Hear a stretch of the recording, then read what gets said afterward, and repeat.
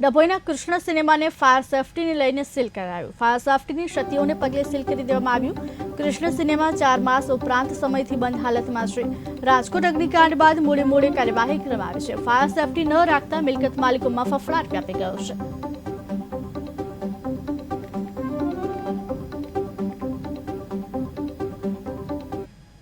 ડભોઈ પાલિકા દ્વારા ગેરકાયદેસર દબાણો પર લાલ આંખ કરવામાં આવી છે। આચારસંહિતા હટતા જ પાલિકા તંત્ર એક્શનમાં આવ્યું। વિમલ પાર્ક સોસાયટીમાં દબાણો દૂર કરવા કવાયત હાથ ધરાઈ। ચીફ ઓફિસર અને પાલિકા પ્રમુખની હાજરીમાં કાર્યવાહી થઈ। 7 કાચા મકાન, 1 પાકું બાંધકામ દૂર કરવામાં આવ્યું છે। પાલિકાની કામગીરીને પગલે દબાણદારોમાં ફફડાટ વ્યાપી ગયો છે।